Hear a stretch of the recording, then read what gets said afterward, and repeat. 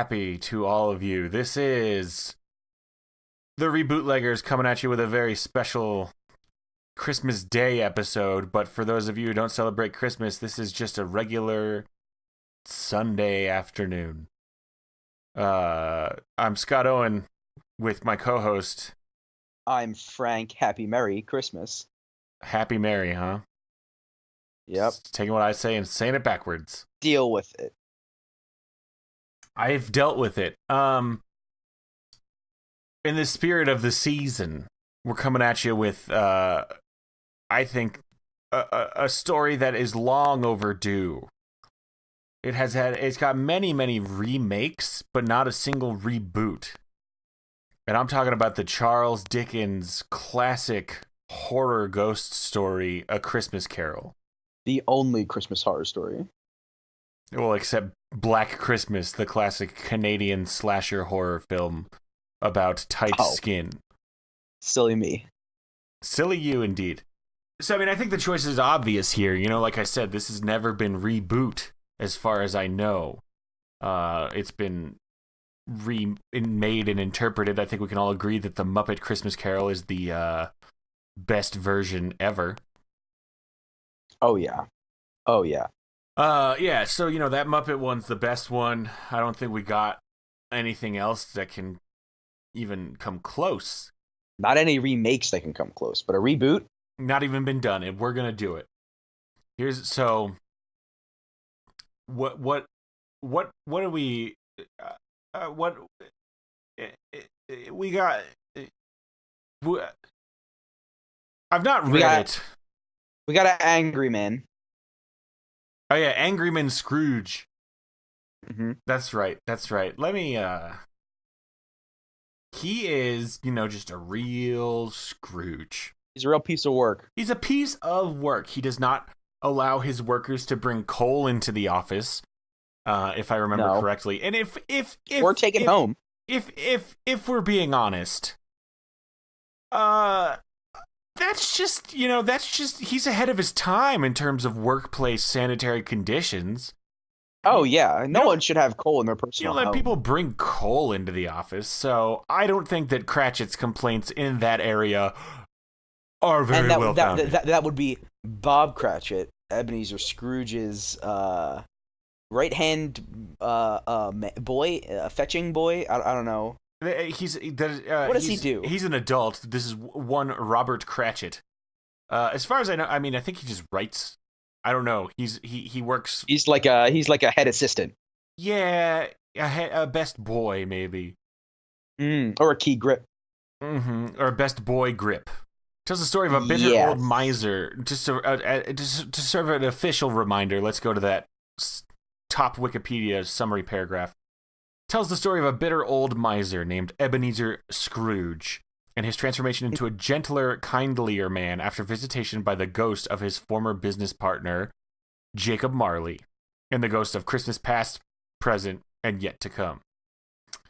And apparently this book was written at a time when the British were examining and exploring Christmas traditions from the past, as well as new customs such as cards and trees. Carol singing took a new lease of life during this time, and the sources for the tale appear to be many and varied, but principally the humiliating experiences of his own childhood and his sympathy for the poor. Not helpful, Wikipedia, thank you. A Christmas Carol has never been out of print. Impressive. So, we got Jake Marley, and I think, I don't know, obvious direction is... Ghosts are hot. Ghosts are hot, and I'm thinking vampires are hot, werewolves are hot. It's time for ghosts. Frank, I'm thinking we go back to, you know, what the NBCW is best at, and we make it a taut, sexy teen thriller. Yes. Scrooge is a real grump man with killer abs. Can he summon the ghosts and make them perform tasks, maybe? Maybe he solves crime? People love grumpy crime solvers. Each of the ghosts... Yes. Scrooge is a police detective for the police. Mm-hmm. I think he's a constable. He is visited by let me hit you with this. You're gonna love this shit. First, a cold case ghost. He must solve a unsolved murder mystery. And that's past. That is past. Then he is hit with a present-day murder ghost, which he must also solve. And all the murders happen on Christmas? Maybe it's a serial killer? Might be a serial killer. Or just Christmas murder. That happens. But obviously, he doesn't solve that murder, that present-day murder, if it is a serial killer, because then he is also visited by a future ghost murder, which he must prevent. Oh, shit. Minority Report style. It is the same killer. Cold case murder, yes, present-day murder, and then a ghost visits him from the future, and he gets to prevent that murder, and then he marries the ghost. But the ghost is now a live person. And we'll revamp it. We'll keep the names. Jacob Marley is no longer his former deceased business partner. He is the Christmas killer. Oh, I was going to say Jacob Marley is his deceased police partner. They were partners, like buddies. Okay. And Little Timmy is the Christmas killer. Now, let's be real. His name is Tiny Tim, not Little Timmy. But yes, I like where you're going. Well, I was thinking like his name could be Little Timmy, and he's like, he's like works for the reboot. Little Timmy, yeah, Little Timmy, but he's actually huge. Like he's huge. But he's very large. Yeah, he's a very large boy name. I love it. Okay. And his name is still Ebenezer. Yeah, we gotta keep all the same names. But he is a sexy young cop. But he's old. Not. He's a young miser. But the problem is, it's gonna be one of those weird things where it's like, how does a man this young have a career this old? This old, correct? Because he'll talk about I've been doing this job for 30 years, even though maybe he's 25. Yeah, I'd put him in his late 20s, early 30s. But yes, it'll be a thing like that. Like, how have you risen this high in such a short time? Yeah, but no one will question it because he's very attractive. He's very attractive. Abs for days. He can summon ghosts at will.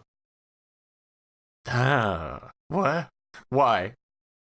Yeah, he has to summon the ghost of Christmas past and say, take me to the past crime. So the ghosts have not come to make him appreciate Christmas and be nice? He summons them? To solve crime. But then why would he summon future ghost? To stop future crime. I don't understand the problem. No, I don't like that. I mean, we gotta... Okay, so the ghosts... We gotta keep the ghosts come theme. To him, specifically. Yeah, so first... So he has to learn how to be a nice crime solver. He's very mean to the people that he helps. Yeah. He's like, well, it was this guy did the murder. Like, wow, you guys are really stupid. He actually you got killed by him. He withholds his services unless he is paid a whole bunch extra by the victims. Oh, that's illegal. Yeah, but the cops don't care because he's just cool and attractive. He hoards the wealth. He hoards it. It's like, dang it, Scrooge, you have to follow the rule book. And then he says, no, I don't. His nephew, who is also as old as he is, his nephew is also a grown man, shows up and he's like, Merry Christmas, Uncle Scrooge. And he's like, oh, and Scrooge is just having none of it. He's like, nah, man, just shut up, stupid nephew, I'm a cop. Having none of it, yeah. You're dumb, and it's your fault that your mom got murdered, the only crime I could never solve.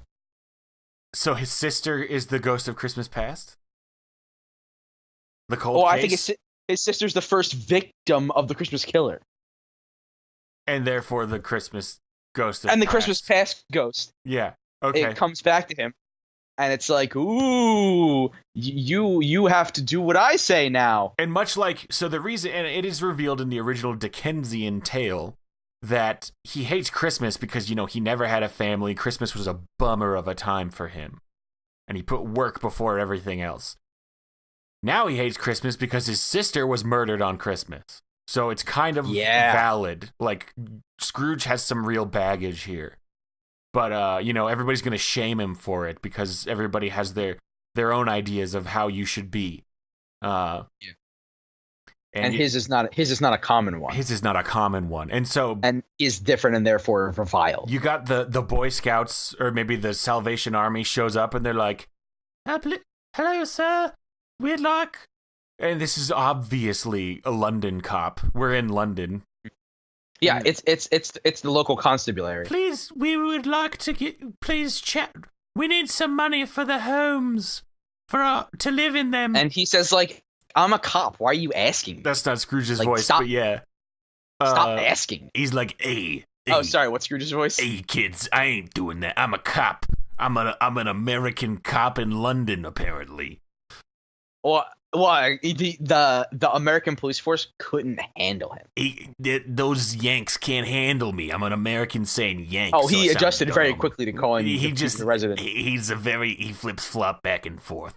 All right, so and then sir, we need money for houses. We're very cold. Please, maybe the soup kitchen needs funding.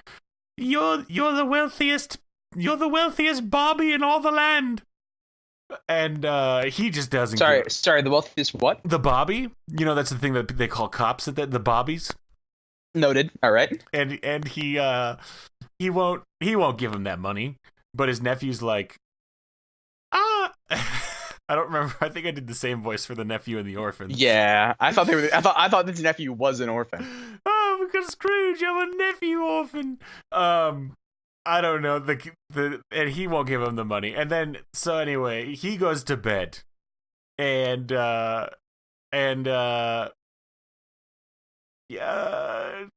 dead partner Jake Marley, died on a case 1 week away from retirement. And, you know, he shows up and he's like, well, hey, partner. I don't know. This is the first time we've ever bothered doing voices on this show. Yeah, this is a whole new. It's a very special trademark episode. Yeah. I don't know. I mean, you feel free. What's Jake Marley sound like? What is Jake Marley? So this is all. Well, so he's an American business partner, right? Wait, no. Jake Marley's this is his police partner. This is police partner. But Jake Marley's a woman. Yes. Name's still Jake. Full though. Name's still Jacovia. Jake. Yeah, name's still Jake though. It's one of those weird things. So it's like, oh, hello. That's not what women sound like. Oh, hello. Hello. Yeah, no. Hello. I'm Jake Marley. Yeah, she wasn't a very good cop. That's why Christmas Present, she gets killed in episode 1 by the Christmas Killer. Oh, so she's the ghost of Christmas Present and the ghost of herself? No, you're not. Okay. Ebenezer Scrooge's sister, his nephew's mother, is passed. Was killed 15 years ago by the Christmas Killer. Correct. Modern day times. Episode 1 of the premiere begins with the Christmas Killer's present murdering of Jacob Marley, the cop. Yeah. Got it. Jacovia Marley, the cop. Jacovia Marley. And she similarly only cared about her work. She was a bad cop, but cared only. Now, she was a good cop. She was good at her job. Come on. But yeah, she only cared about the work. And then when she died, she went to hell. And she parlayed Satan himself to allow her to warn her still living police partner to change his ways. Mm-hmm. Scrooge, you gotta stop being a real dick. And then also she tells him, I don't know, you're gonna be visited by 3 ghosts. I met some people who could help you solve the case, Scrooge. And he's like, I don't need any help. I'm a loner. I work by myself, just me and my 20 friends. That's how. And all my money. And all my money. So much money. How many? It's all the extorted money. How many cigarettes come in a pack? Because I just guessed 20 because I imagine he's a heavy smoker. I believe it's 20. All right, all my 20 friends. And he holds up his pack of British cigarettes. British cigarettes. They're called Benson and Hedges. He holds up his pack of Benson and Hedges cigarettes. It's Benny Hedge. It's me and B&H. Did you make that up? I googled British cigarette brands. I'm disappointed. I was hoping we would come up with a ridiculous British word. I'm sorry. The British are better at words than we are. Yeah, that's true. They call sweatpants jogging bottoms. I can't tell if you're joking. No, I'm 100% serious. I just wish Americans weren't so boring with their words. Absolutely incredible. Okay. Yeah, so, and she's like, she spooks him a bit, you know?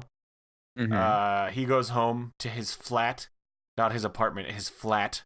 It's flat. Yeah, he's got a England. flat. It's a very Spartan. There's like nothing even in it.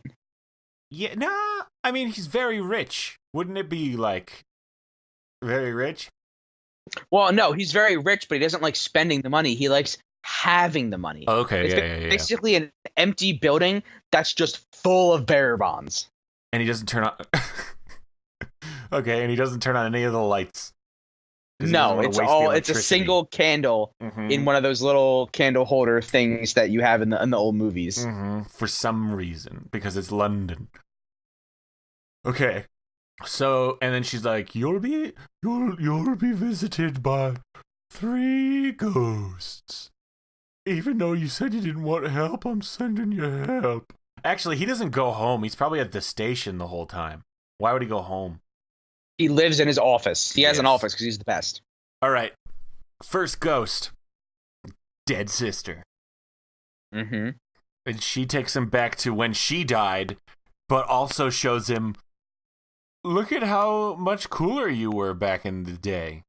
Like, you were a happy dude. Because he was a jolly boy. Mm-hmm. That was 15 years ago when he was 22. Mm-hmm. And she also, as opposed to being 25 now. And she shows him, when he first started at the police station and the cop he apprenticed under, and how they were all very happy. I love crime. Solving it. And then everyone laughs because it was a funny mess up. Uh-huh. And he is going to notice, they're going to show the murder happen, and he'll notice some clue that he didn't see before, but he won't know what to do with it. He'll have to it'll be like the past was happening, but he's like walking around in the room in like a different spot than he was before, and maybe he says, I've seen it. Maybe that's his catchphrase. I've seen it. I've seen it. I've seen it. I've seen it. I've seen it. I've seen it. And then he is abruptly brought back to the present. Knock on the office door. They can't show him too much. Knock on the office door. Robert Cratchit, assistant, enters. Oh. A chief. Hello, chief. We got another one. Hello. We've got another one. What is it, Reggie? We've got another one. Bob? We've got another one. I've said it several times. Okay, so then they go, the present murder. Oh, this is how he finds out about the present. Yeah, so present murder happens, and they just show him like pictures. He goes to the crime scene. And he's like, oh. Once again, it happens. No. I've seen it. And there's so the Christmas killer has to have a call sign. Like, he's got to have something he leaves behind, like a calling card. Yeah, mistletoe. He stuffs the mistletoe into the victim's nose. Yeah. Mm-hmm. Yep. Just dangling out of there. And then, he returns back to his office to ruminate and make a wall of pictures with yarn and stuff. And pictures of mistletoe, pictures of dead people. And then the ghost of that very dead person we just saw is like minutes later. She's like, he or she, they're like, hello, I'm going to take you and look at how happy your family is. And he's like, no, you goddamn ghost. You don't own me. Sorry, because he's a rebel. He's a rebel. Too late. We're already going. Come look at this. Oh. Come look at this. And he shows him his nephew's Christmas party, and his nephew's just having the best time. Just at a rave. He's at a rave. Got the glow sticks going. Yep. And what time period is this movie taking place? Modern day, I thought. 2016. So this is like a hard house rave, like black light paint and like glow sticks, and adults with pacifiers in their mouths. Adults doing adult things, shooting dope into their scrotums. Consensual things. Yep. And he's like, look, look at, look at, hey man, look at your nephew. He's having a good time. And then he's like, all right, also let's go back to the crime scene. And he's like, but I've already been to the crime scene. He's like, but you haven't seen the crime scene. And then they go to the crime scene, and Scrooge sees another clue that he missed before. And he's like, I've seen it. Because I've seen it. Yep. Now, when the ghosts show him the scenes, is there mistletoe in their nose? This ghost, no, there isn't. But the ghost has mistletoe in his nose the entire time. Okay. And the ghost. So I just want to make sure we're on the same page. It is gonna turn out that the Christmas killer is his assistant, Bob Cratchit. His assistant, Cratchit, the whole time, directing his enormous mind of a child son, but grown adult man, Tiny Tim. Oh, Robert Cratchit is not the one doing the crimes, but he's orchestrating them. Exactly right. This is a Lenny and George situation. You got it. And so, so the ghost he sees the clue, and then Ghost of Presents like, hey, also, stop being such a dick, because Christmas is fun, and you are not entitled to do something different from how everyone else does things. Be a nice boy, maybe. And then he disappears. And Scrooge he's like, I am so close to cracking this case. It's gonna get cracking that murder. Because the trick is, who is buying mistletoe? No one buys mistletoe anymore. No one is buying mistletoe. He's like, Cratchit, give me a list of all the mistletoe receipts. And then Cratchit's slowing his roll on it. It's taking so long for Cratchit to get back to him. So he goes down to the records room himself and is just like pouring through manila folders of all the sales in the city. We all know the UK is a very spy-centric place. There's cameras everywhere. They're constantly spying on their citizens. And they monitor mistletoe sales very closely in the UK. Yeah, it's poisonous. You gotta be careful. You're right. And so, as he's doing that, bam, new ghost straight through the face. I don't know where it comes out of. It comes right out of the box of the files, and it's like, boo, because it has a bet with the other ghosts about scaring him. Right at the stroke of 3, because that's when they come, at 1, 2, and 3. Mm-hmm. And in the afternoon, not in the morning like in the original. This is just broad daylight. It's during the man's got to sleep. It's during working hours. Right. And the ghost is like, help, I've been murdered. And he's like, what? I've been murdered 2 days from now. And then that's what happens. And then he's like, take me to where you are now. And then the ghost takes him, and he notices the ghost, the currently alive victim, lives in the same apartment building as it's owned by the same guy who owns the electrician's apartment, who repaired Bob Cratchit's TV for him. Pipe stove. Yeah, his pipe stove. And he goes, I've seen it. And he knows. Because he's seen it. Mm-hmm. And then so he sees it. He runs back to the office, and old Bobby's not there. But guess who's in his office? Who? It's little Timothy. And he's like, I'm gonna make you walk with a limp, and then I'm gonna kill you. Oh, so you'll be dead. He brandishes a whacking stick. It's a crutch. He kills people with a crutch. Oh, because he pretends to be disabled to get them to let him in the house. Yeah, and he's like... That's his crime MO. He's like, but Tim, I thought it... That's not Scrooge's voice. He's like, I thought it was your dad. And then Robert Cratchit steps out from behind little Timmy, and he's like... with a gun. With a gun. And he's like, you weren't far off, sir. But how's this for not letting me bring home coal? Man, that's exactly the line I was going to say. And just then, the victim no victim. He can't die. Well, Scrooge beats him somehow. He's like, I know all about your ghostly visitors, and you'll not stop my spree of murder killings.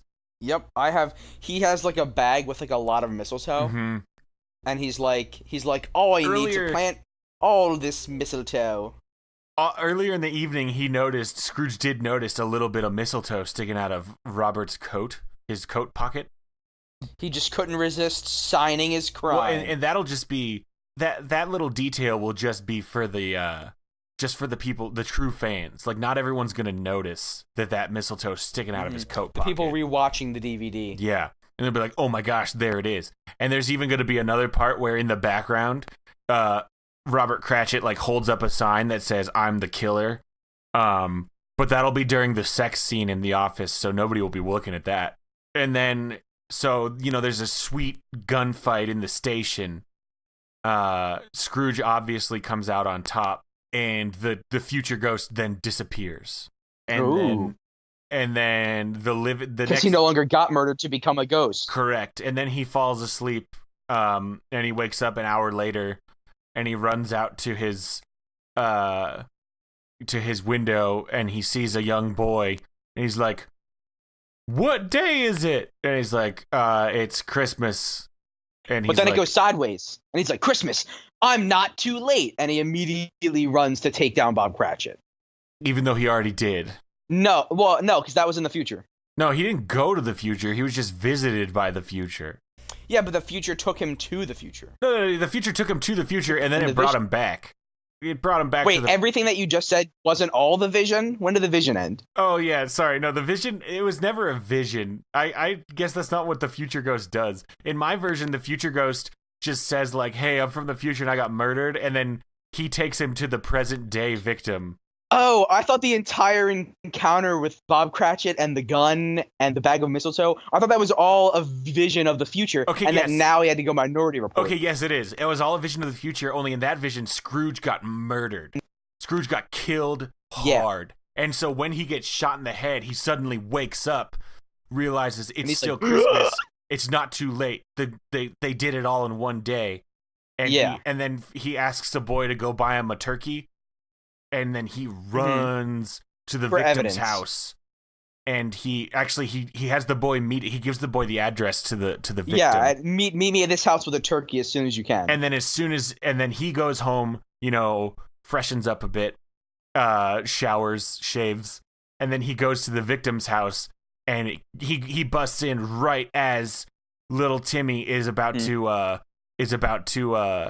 bring the hammer crutch down on the lady victim on the man's head. Oh, I thought it was it's a man.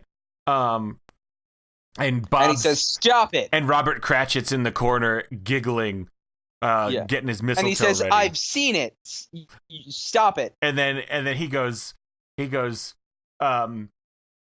like I'm not the. Looks like. Hang on. Looks like now there's 3 turkeys here. And they turn and go, what? Yeah, well, your goose is cooked. Turkey, and he throws it at small Timothy. Overhead. Yeah, and it sticks on his face. His head goes into the turkey's hole. If it's like a 20-pound turkey, it probably just takes him down. The turkey goes on his head. Oh, like a hat, like a funny hat. No, but it becomes his head. Like his head goes into the turkey hole. Yeah. And all the way, like a mask. All the way on. And small Timothy's freaking out because as as was he does not. It is a very hot turkey. Well, I thought it was raw, but as was previously established, was that small Timmy hates turkey just so much. He hates turkey. He And doesn't so like it. He is freaking out and just blindly flailing and running around, smacks Daddy Cratchit in the nose with his meaty ham fists, and ends up crashing through the window and falling to his death 20 floors below. Oh, and it is grisly. Grizzly. There is both man and turkey splattered everywhere. Man and turkey. Scrooge then helps up the victim, and he says, "I am so sorry." Or he's like, "I hope you're okay, Mr." The victim says, "Actually, it's Officer," and he's actually a cop.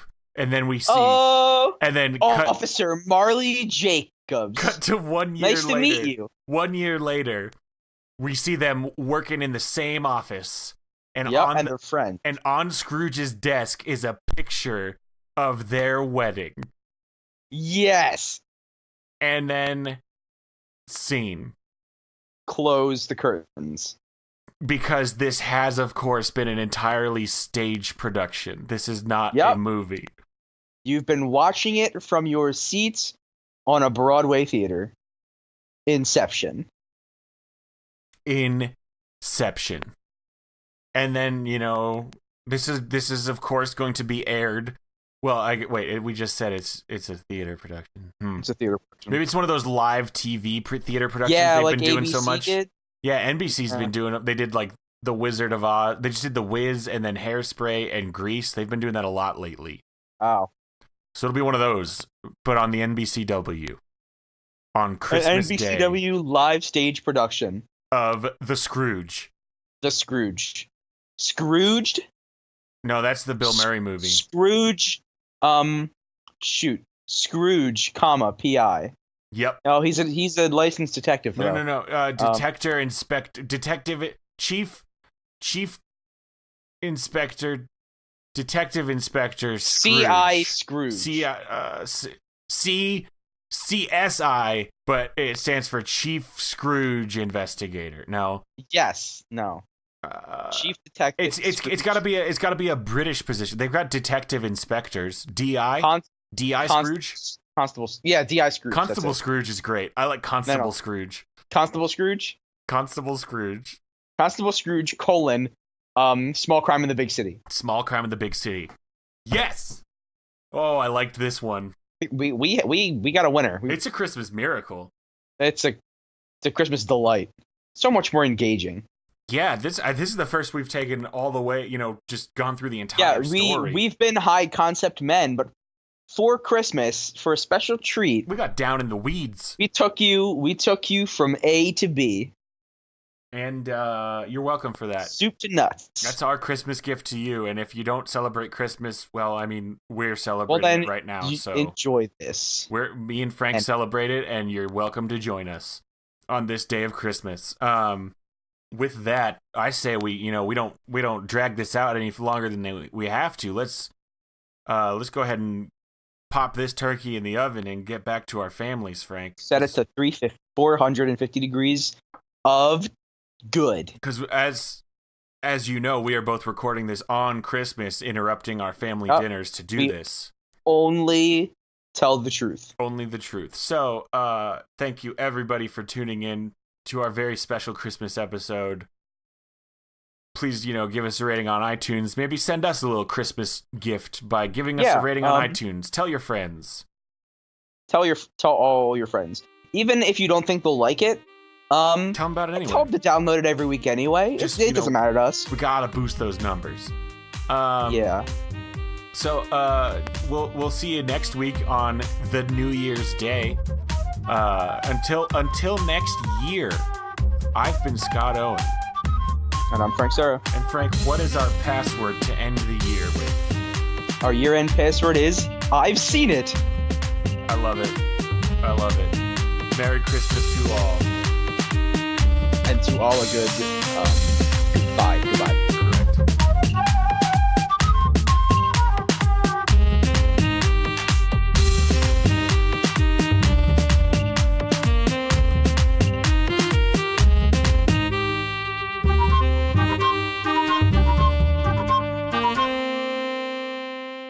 then after the end credits, we halfway through, that's the thing right now is halfway through credit scenes. We open on Scrooge's office, doors closed, a silhouette walks up to it. It's one of those, glass office doors, but you can't see through it. It's probably got his name on it. Maybe he's a private detective glass, now. I think that's called. Yes, that's the one. Yeah. They're both just Ebenezer. Yeah, well, I don't know. It's still the 1800s. It's pretty progressive, but it's still the 1800s. No, it's modern day. That's the whole reboot, is we brought it into the modern day. It is modern day, isn't it? Most of that movie could have happened in either time period, huh? It's true. All right. So, person walks in, says, "Are you Scrooge?" And he's like, "Yeah, I'm Scrooge." He's like, "I've got a job for you." And he goes, "Oh yeah, who the hell are you?" And then it camera pans up to the guy's face, and he says, "I'm David. I'm David. David Copperman. Copper." I guess we should keep the original names. Yeah, he says, "I'm David Copperfield," and then the cut to black. And then they do the muscly arm grab thing like in Commando. Oh, they're like best friends who've known each other? Yes, they already know each other. And then cut to black, and text on the screen says, "Ebenezer Scrooge will return in Davy Copperfield." I don't know what we'll call it. But, and David's Copperfields. Yeah, the big reveal. A story. The big reveal that this is A Christmas Carol is the first in the all-new Dickensian cinematic universe, where they create the DCU, which we'll call it because that's not being used by anything else. So it'll be I don't know how many, but we're gonna run them all. We'll run them all. So starting 2017, we'll have a multi-part series rebooting the works of Dickens as part of this DCU, featuring all of your favorite Dickens stories, like all the classics: Dombey and Son, Martin Chuzzlewit, The Haunted Man and the Ghost's Bargain, The Chimes: A Goblin Story of Some Bells That Rang an Old Year Out and a New Year In, 1844. The Mudhog Papers, Mudfog, and the Pickwick Papers, a couple sets of papers. The Haunted Man and the Ghost's Bargain. Man, I'm excited to find out what Martin Chuzzlewit is like. All of the Dickens will be sharing this universe. So, everybody, you've got that to look forward to. 2017, we're kicking it off right. Big ol' shared universe, because if there's anything that's hot right now, as well as reboots, it's shared cinematic universes. Intricate webs. Everybody's somebody. Everybody's related and touching. And everybody's got their own movie. Except most of the Justice League. Zingo. Zingo.